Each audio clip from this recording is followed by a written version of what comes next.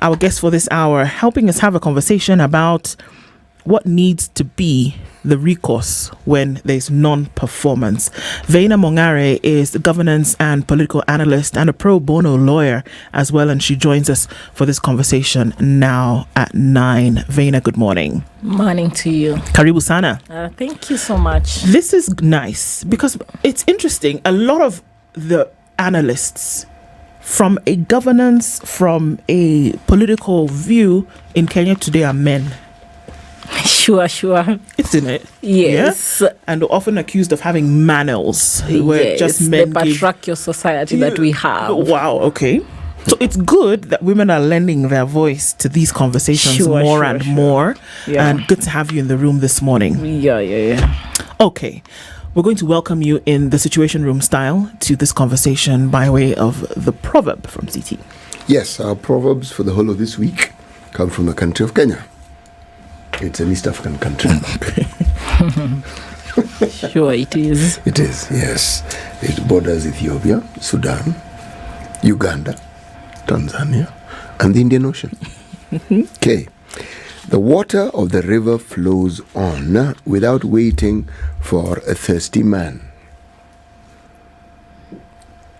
The water of the river flows on without waiting for a thirsty man. Veinna, what do you think of this? Oh, okay. My thinking could be life continues besides the challenges that we have. Yes, we must press on with life. Yes, besides the side shows that come on our way. Yes, persistence is key. Indeed. Yes. Oh, that's great. Well, CT offers points, and he's been given 11s. Since Monday, he's been giving out 11s. You have to give a point. If someone gives you an opinion and explains it well, if the top mark is 10, it means they've surpassed it. They've just not stated the obvious, but they've gone into a little depth and given you. They've answered the question. You've asked your opinion. Say, this is what I think, and they tell you what they think. Now that is good. Indeed. Yes, it is. So on a scale of 1 to 10, you also get 11. Veinna, you get 11 as well. Thank you so much. They're flying off like hot cake from the oven. All right. So there have been talks. We've seen things happen, not just this year, not in the last few days, but months in past. And as we're looking at impeachment, whether it's a solution for non-performance, and usually when we see that there's some kind of frustration, it doesn't matter what level it is at, that usually the first words that tumble out of our mouths, well, this person must be impeached. Whether it is a governor, there are talks of whomever could actually fall under the impeachment knife, and we're asking ourselves, so okay. If somebody's not performing, then they should be removed from office, isn't it? Is it that cut and dry? I mean, just as way of introduction into this. I believe Article 1 of the Constitution gives the people of Kenya sovereignty. And to try to impeach someone could be subversion of the same. So my opinion could be a no. That if we impeach a sitting governor, it amounts to subversion of the will of the people of Kenya. Simply because the people of Kenya are the ones who elected the government? Yes. So are you saying that if we give you a job, we cannot sack you because it is the same people who have given this individual the job and they now feel this guy is not fit for purpose? No. Unless there is due process to be followed for you to be impeached. Failure to which you are subversing the very essence of the people voice. I like what you're saying in this sense. The act itself, in the absence of due process, is subversion. Essentially, it's like a coup. But then, with our processes in this country and with our constitution, the 2010 constitution, it's virtually impossible to impeach anyone without following due process. You can't really. You can think about it. Yes, it has happened before. I have an authority towards that effect. Please Martin Nyaga, Wambura. Yes. And four others in Embu. Yes. The same was subverted by the High Court. Overwhelming evidence was given. And later on, the authorities, their petition 3 of 2014, which changed the whole circus of impeachment. Wait. Okay. This is interesting. Let's walk through this slowly, okay? And let's not talk legalese, because legalese requires training, which none of us have. I will try to talk pure English. Yes. The example you've given is interesting, because that man, the attempt to impeach him was more than once. Yes, if I recall correctly. Sure, and he was even given this, he was even voted in for the second time after the motion was dropped later on. So let's walk this. There was this impeachment attempt. Yes. How did the matters get to court? I thought this process went through the Senate. Yes, it did. But now the governor was, back then, the former governor of Embu was aggrieved by the decision and proceeded to court, gave instructions to his advocates, senior counsel Paul Muite and senior counsel Peter Wanyama, and they proceeded to court to pursue the legality of the process. Okay. Yes. All right. Now, you talk about a process where if the law has been followed, because there are provisions within the law to seek for impeachment on certain grounds of an individual if certain thresholds have not been satisfactorily met. Sure. And that is where the impeachment option then comes in and is viable. Yes, right? Yes. So are you saying that if due process has been followed, then impeachment as an option to remove someone for non-performance then can be allowed? Yes, it can be allowed if due process is followed.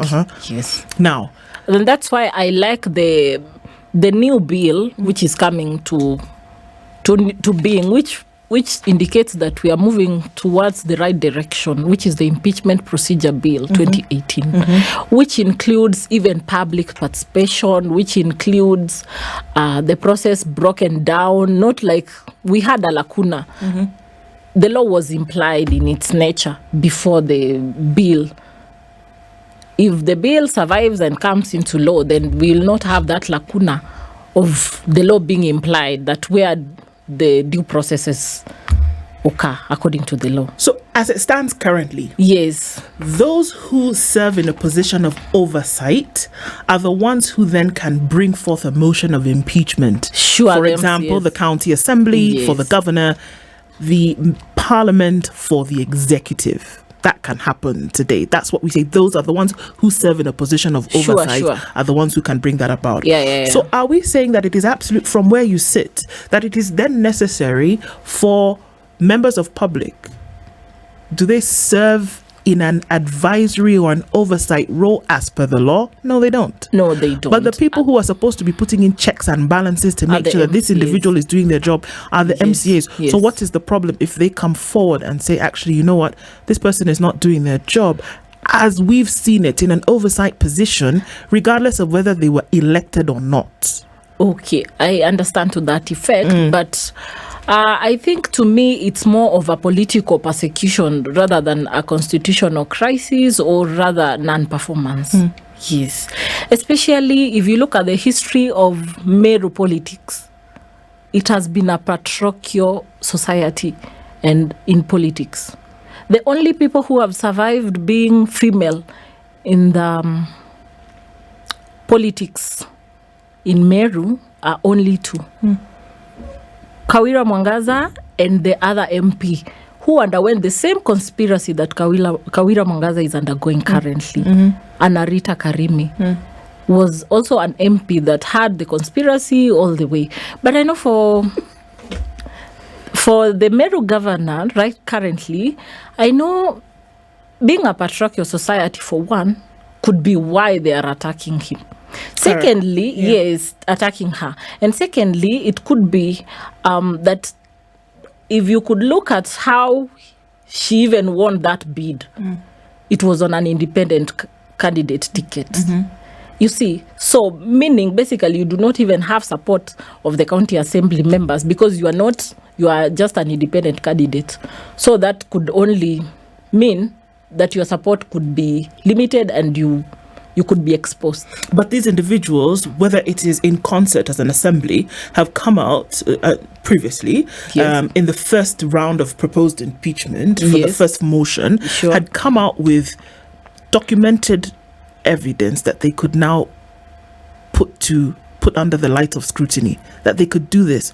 So how do you play that vis-a-vis this chauvinistic patriarchal society issue that you talk about, where they would actually cite instances where there was an issue? And we're seeing the same thing play out even today, whereby they're saying absolutely it's even gotten worse than the last time. I have no issue with them bringing out the evidence that they allege to have. But as for if the due process is followed and the hearings and the governor there is given due process, that is hearing and also to give his side of the story, then I think if the due process is given and public participation is engaged in the Senate sitting, I believe then justice could take its course. Yes. All right. What do you think should happen when there are clear cases of non-performance? Let's just use the county level as an example. What actually should happen? What recourse do we take and say, you know what, this person was elected to do a job. We're seeing 1, 2, 3, 4, 5 till whatever number of cases whereby you've not met the mark. You've not even met the minimal threshold for actually doing your job. What do you think the recourse should be? Okay, I think I'll be guided by Article 181 that of the Constitution of Kenya that gives 4 instances that you can actually impeach a government, which is gross violation of a Constitution of Kenya, abuse of power or office, gross misconduct, physical and mental incapacity, or where it's believed that you as a governor, you have committed a law, you have committed a wrong, a crime, a crime against a known law in a national law either, or an international law. Then I could specifically think it could be fair enough if they were to prove within those ambits of Article 181 of the Constitution, as read with Section 33 of the County Government Act, then it could be useful enough for non-performance if it were the case. Yes. You know, there's something about the way you're going about this which is very refreshing. See, we don't interact with the law as often as you do. Yes. So when you give us a framework from which to actually look and prosecute this matter, if I may use the term, this is delightful. So now, after this, I'm going to be quoting statutes like no one's business. Someone asked me a question, I begin by quoting the statute. Says, article this. Yes, you'll be guided by the article. I've been guided by this article, and from this article, I can deduce this. We can cross our fingers and hope the article exists. But let me ask this question. You see, we're going to come back to the governors, but the issue of impeachment should apply to any elected leader. Yes, it was to be. Please, thank you. You've actually but now we have the lacuna that it does not apply to every elected. What created the lacuna? Did our constitution begin with the existence of the lacuna? Yes. Was the lacuna created? Yes, because after the promulgation of the constitution. The lacuna, I think the framers of the constitution did not foresee that we could reach a situation where we could impeach even sitting MPs or even CSS. But do you really honestly think that the people who took the time to create this very complex document and who are Kenyans could not see this? Really? That they couldn't see that there would be a need to impeach a CS, an MP, or even a president, that they didn't see it? That's why they are trying to fill in the gaps by bringing in the impeachment procedure bill of 2018. So since 2018, that bill hasn't arrived where it was supposed to be? No. It is still a bill. So since 2018, we are making steps towards the right direction. So I believe the lacuna will be filled up soon. Explain to me this lacuna. So what do we have at the moment? What can we do when we have an errant CS, a member of parliament who isn't doing what can we do? Most of the time when there is a lacuna in law, as litigators of the Constitution, we approach the court using various articles of the Constitution to seek interpretation from our courts. That is the High Court. And has there been an interpretation in our high courts on this particular subject? No. Not that I'm aware of. Which means no person or group of people have attempted to impeach an MP. Yes. I'm sure there is none at the moment. I'm not aware of any. Is there any existence of any process or any procedure that one could follow? None. I mean, at the moment, I can't even say I can begin the process, like, say, collecting signatures and things like that. My laughter tells me I can collect all the signatures I want. I won't they're go going anywhere. nowhere. Yes, you can collect all the signatures and take as public participation, but could it really make any sense in law? I don't think so, because it only remain as just a piece of paper for you. Because there is no proper procedures towards impeaching an MP currently. There is no law. Which also tells me that a good number of the people who are responsible for actually getting our constitution into place were politicians. Yes, because one could assume that there is a layer of protection that lies within all of these laws that guarantees that they would not be touched. Yes, I could tend to think that as you could foresee something, and at some point it could, at the time of practicality now of implementing, I think they did not foresee at the time of implementation that there was need to really impeach an MP, a sitting MP. Okay, let's talk a bit of legalese here. There's like a chapter 6, isn't it? Integrity, yes. Yeah, precisely. Okay. What we have currently, is it what we originally had in our constitution? Has it not been tinkered with, left, right, has and been tilted, watered down? somehow. Really, is what it has.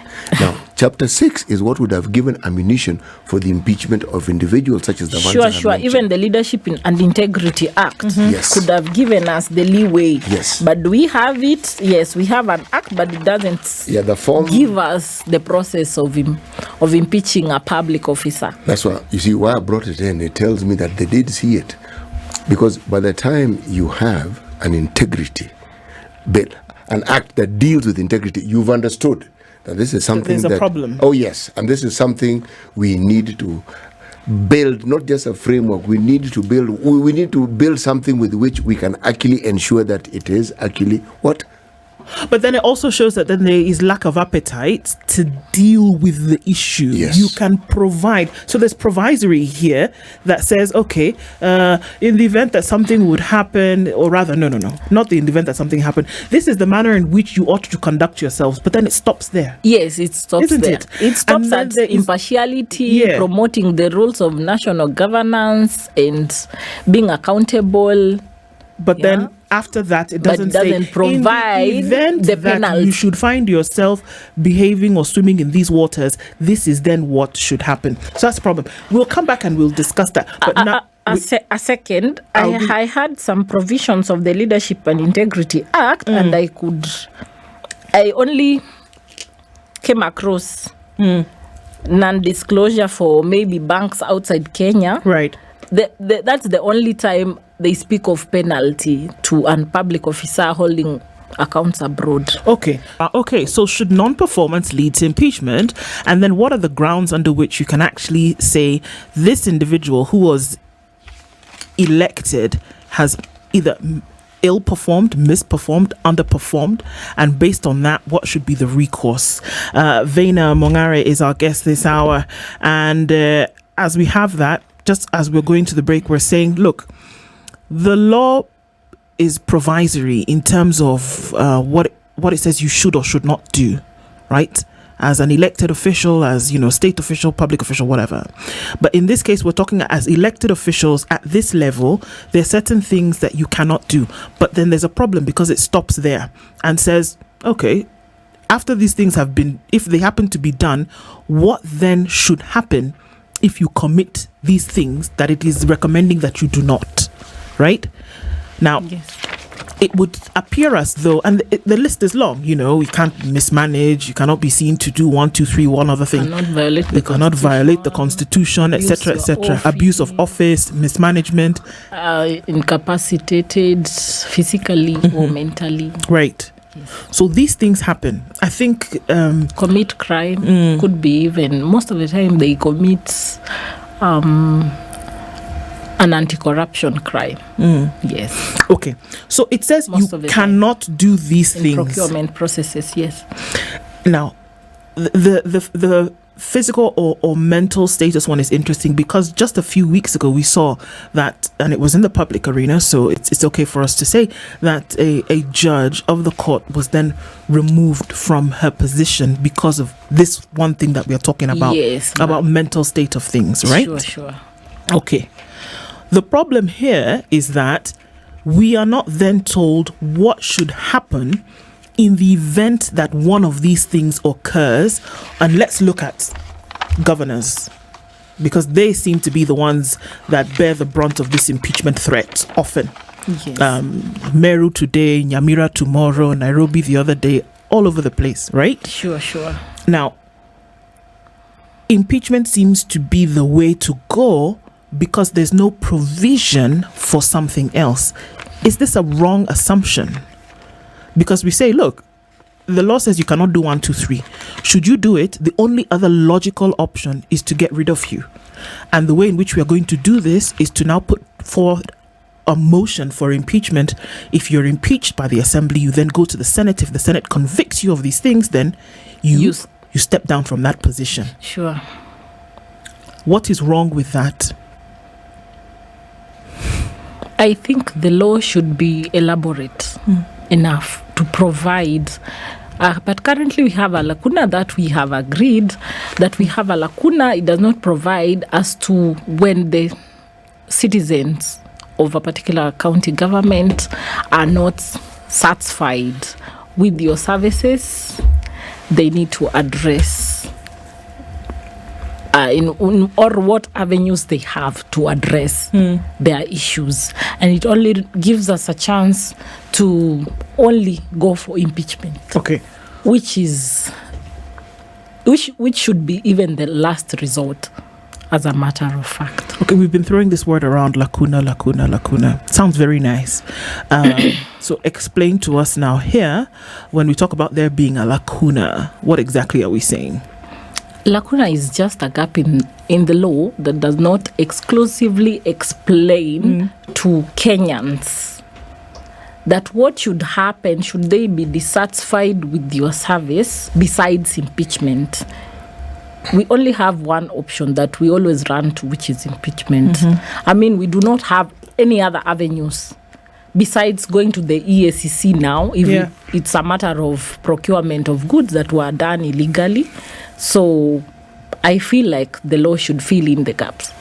What do you think should happen in a situation whereby the Constitution has the laws of the Constitution have been broken by an individual, and it can be proved without a doubt that this has happened? What should happen? Should they be sued to court? Should they be charged in court? What should happen? Or does impeachment now suddenly seem like an easy option vis-a-vis going to court? Yes. You know, impeachment could be the last resort, as I had earlier said, because I believe if we had other options, we could at least pursue them. But we are only left with that one option, which is impeachment. And at the end of the day, we could have pursuing our interests in another court. Maybe it could be even the High Court. But do we have that option? No. We don't. We don't have an option. We only have the EACC to put checks and balances on our public officers, besides now the DCI, who always work in handy with the EACC. But the EACC, with all the sterling work they do, if we're to go by the last 2 elections we've had, where they've made their recommendations as to individuals whom they felt to have questionable character and moral standing, those reports were ignored completely by the IEBC. Ignored, literally. And yet, there was a case when we had a deputy CJ called Nancy Baraza. Her offense was what? She pinched somebody's nose. Precisely. Pinched the guard. That's it. Yes. That was the offense. Now, if you take that particular incident and you juxtapose it to some of the issues that the EACC, for instance, presented against some of the candidates or people who were then appointed to certain offices, surely, was that even an offense worth talking about beyond seeking an apology and saying, look, we are very sorry, I got carried away, blah, blah, blah, etc., etc. I was having a bad day. I was having a bad day. Things that can be explained on a human level. Yes, it could be explained. Yeah. This job of mine has too much pressure. I've never had such a job before, and neither has anybody else in Kenya or female. So I'm happily... Look at the two. The lady, according to reports, she resigned. That lady was pressurized to resign. I believe the Leadership and Integrity Act gives ethical standards of any public officer, be it a judicial officer, be it an executive officer, be it even an MP or any sitting elective member of Kenya. So I believe they should carry themselves with respect, decorum. They should conduct their affairs with accountability. They should promote unity. They should promote leadership qualities and unite. And yes, and peace, love, and unity. Okay, yes. All this while being human. Yes. But let me explain. So are the standards higher for people who are in the judiciary and are the lower for people who are members of parliament? Because absolutely. Because here we are. I'm going to just jump on that. Now because that is the here we are saying that you should behave in a certain way. These are in fact, every day, take this list and tuck it behind your ear because you must follow them every day. But then the people who are responsible for one, oversight.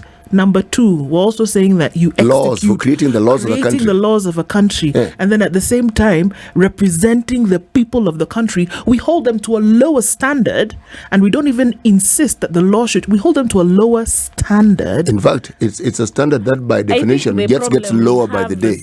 Why? The problem we have is enforceability, but for the leadership and integrity laws, we have them, and they should keep to their code of conduct. But implementation is a question altogether. Okay. Now, but the law is there. Does this stand in the way then of actually when impeachment comes into play? Because more often than not, if we look at the cases of impeachment that have been brought before the Senate, more often than not, the cases, they decline to convict. Okay? They decline. They decline to convict. Okay. Because, you know, they've been through the evidence and they said, okay, this person can make it through. We've not had as many cases end up in conviction and absolute impeachment as we have had cases that have gone towards the impeachment, through the impeachment process, and this individual has been exonerated, as we would say, right? Yes. More cases have allowed this person to go back to service than have convicted. Like I began my earlier sentiments that this impeachment process is more political persecution rather than it is constitutionally. Yes. Why? Because most of the time you could have all the overwhelming evidence. Let's say even the hearing could be conducted, but we all know the Senate could vote, and that is the end game for us.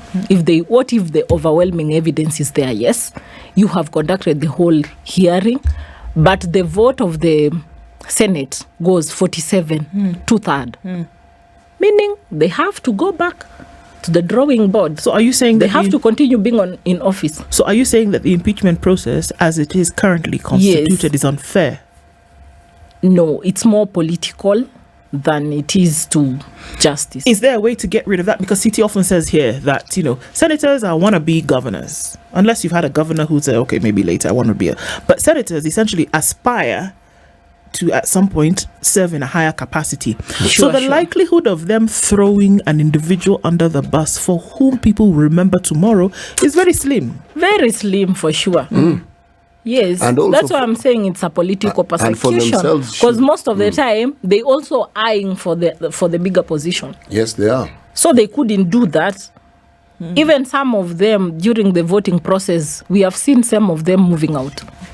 You know, this is what tells they do not want to be labeled as being voted against their sitting governor. Yes. You know, it tells me, you see, if you're looking at what the groups of individuals we refer to the political class, at least one thing they have going for them is they're consistent. Okay? Yeah, they're consistent. When they were involved in the creation of our constitution, they made sure this lacuna fellow just kept interfering in very many aspects of our law. Just when you think, good, we have something with which you can bite and hold with our teeth, you open your mouth wide and you bite, it's air. Whoop. Out. Is nothing. Then you get to a point where now there's the issue of governance. People who rule and govern over quasi-governments. Okay? Oversight body. Here, again, we see consistency. The very thing that you expect them to do, somehow, all this stuff just becomes fluff and smoke at some point. And voila, as you would like to say, we have a situation that you actually thought was there. And you thought you were actually observing a legal process or a judicial process taking place in the National Assembly. You then realize that actually it was a magic show. One moment there's something going there, the next moment there's nothing. Yeah. And you're left wondering, but what about all this evidence that we saw? Sure. Where did it actually just go? So if we're saying all of this gets into a pot whereby it's going to then, beholden to the intrigues of politics, as we say, yes, what should actually happen? Because the truth of the matter is that a lot of times where we do see mismanagement, we do see irresponsibility, we do see abrogation of Chapter 6, oftentimes these things happen, whether we want to admit it or not. What should the recourse be? Because we've seen that the impeachment sometimes is a circus, like you've said, know, that it would be political sideshows taking place. So what should be the recourse? Because one would hope that the eventual outcome is to have individuals who've been elected, who are actually doing the job that they've been elected to do and want to make sure that development happens at the devolved units or anywhere else for that matter. So what would be the recourse? That if you're not doing your job in the way in which you said you should, and that you're actually going against what the law provides, what should happen if we're saying that impeachment is being used as another avenue for other things to happen? Yes, I could tend to think that the laws should be amended in such a manner that if someone is not performing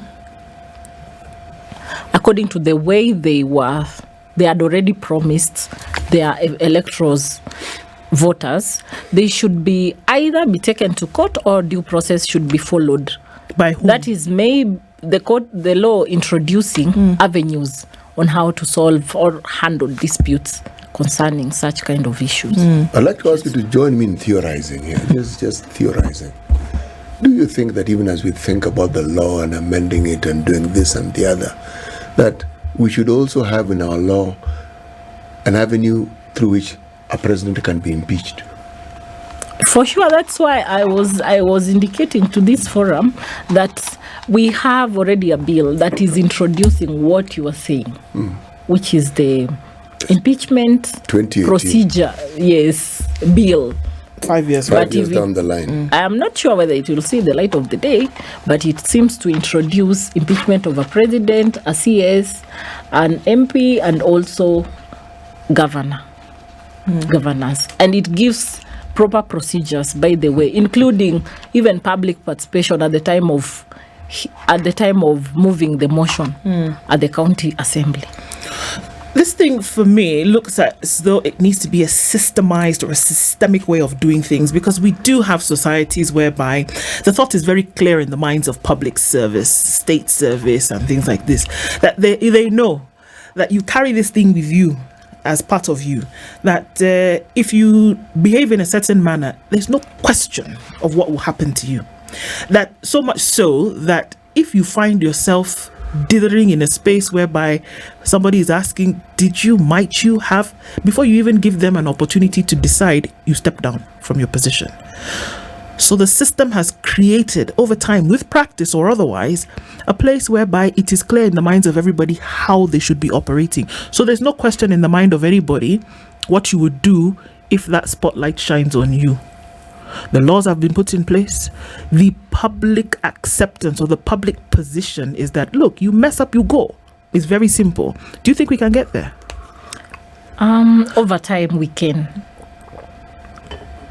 And this is because the law as it is, it has so many lacunas and they need to be filled. The gaps need to be filled. If the gaps are filled, then we do not have any lacuna as to doubt what we are supposed to do in this particular instance. Let me ask the question. When you have a lacuna in law, you said you take it to the High Court for interpretation. Yes. Can interpretation be challenged? Yes, it can be challenged up to the Supreme Court of Kenya, which is the final court. Is in the land. interpretation not a personal thing? That that's what interpretation means. That this thing has been downloaded to me in this manner. This is how I understand it. How you perceive it. How do you challenge that? You can challenge that using the law.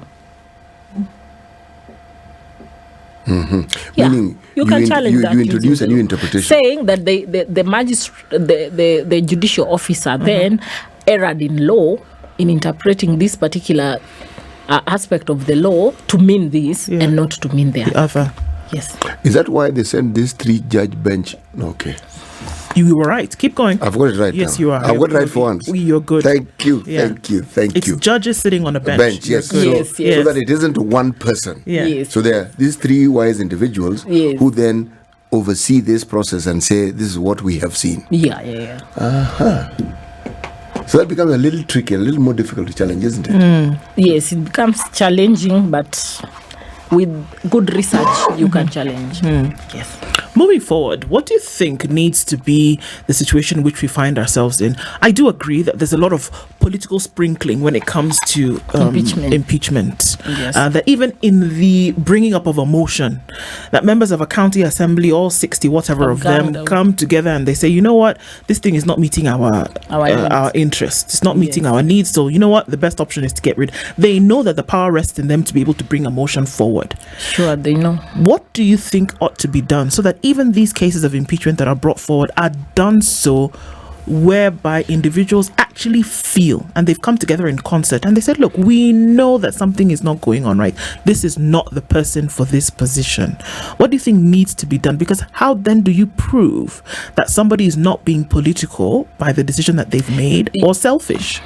I believe public participation can be exercised more at the grassroots level. Yes, before they bring the motion now to the Senate. It can be more involving at the grassroots level. Where involving would mean what exactly? Public participation to be invited to the members of the public of that particular county. Yes. Okay. And so now if we're looking at what threshold then would be met, because it can't just be people sitting around a picnic saying, well, you know, I was expecting that a borehole would have been dug here by, you know, if you want a borehole and you thought it would be, lift your hand. If you feel that this road was not done up to scratch. I mean, what would be the threshold to say, okay, actually, yes, public participation has occurred here. And based on that, we feel that what would be the threshold? What would you need to meet? I could refer you to a particular case. I know you don't like legalese. Oh no, legalese is good when it's explained. Indeed, very. Yes. Yes, there is a Nyeri case. I can't find the reference, but there is a Nyeri case that explained meaningful public participation. That it should be qualitative enough and quantitative enough. So it lays the threshold of meaningful participation. But that should not be just as an authority. It should be captured in the law to explain further what is public participation and meaningful participation. So there's a court ruling that defined this. Yes, that defined this. So then in law that becomes a precedent. Yes, sure, it becomes. Okay. Can precedents be challenged? They can be turned. You know, every time you say something, you'll forgive my asking. This is for me taking legal classes. I am actually learning, so I want to know so that when I speak to someone, I can speak. It can be overturned by the higher court. Very good. Yes. In this case, it was a high court decision. It can be overturned by the Court of Appeal. Okay. I want to look, I mean, even as we come down, you talk about this this act, 2018. It's a bill. It's a bill. Yes. All right, it's a bill. It's not an act yet. Yes. It's still a bill. Yeah. We don't even know what level of process it is at the moment. Or do we? Or do we?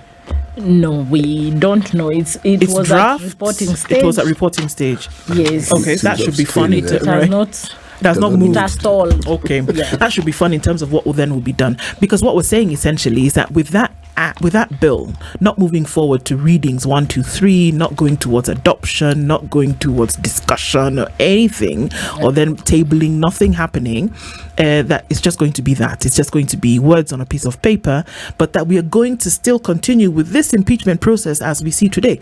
Something could come up, and not something could come up. There are talks of already things happening in county 1, 2, 3, 4, and we're saying that this process is politically motivated, it is politically carried out, it is politically decided upon, and that we do not have the interaction of people. So essentially we're looking at many times flawed processes, but because we decline to do something about it in law, we're going to have to carry on with the way things are currently. Is that what we're saying? Sadly, it's the truth until this bill sees the light of the day. The impeachment procedure. Act, bill, until it becomes an act, then we'll be able to severe with the situation as it is. Yes. Who then do you think suffers in the balance? Often, because there are two sides here. There's the assembly. Well, there's the assembly that brings the case. There's the person on the other side of it who must answer. But then, who do you think is really suffering in the interim? And then, I tend to think it's the normal mwananchi that could suffer, because they gave power to the people. They gave power to an individual who has not performed, but yet due process is not well laid in law, so they will end up in limbo. Yeah. I think there's much more that can continually be, discussed about this, and hopefully the question is that would come to. But then finally, who is the one, the person, the group of people who should actually be taking this thing and hoping that it will be pushed forward to have something done about it? It's parliamentarians and us, the watchdogs, law practitioners. Okay. Yes. Okay.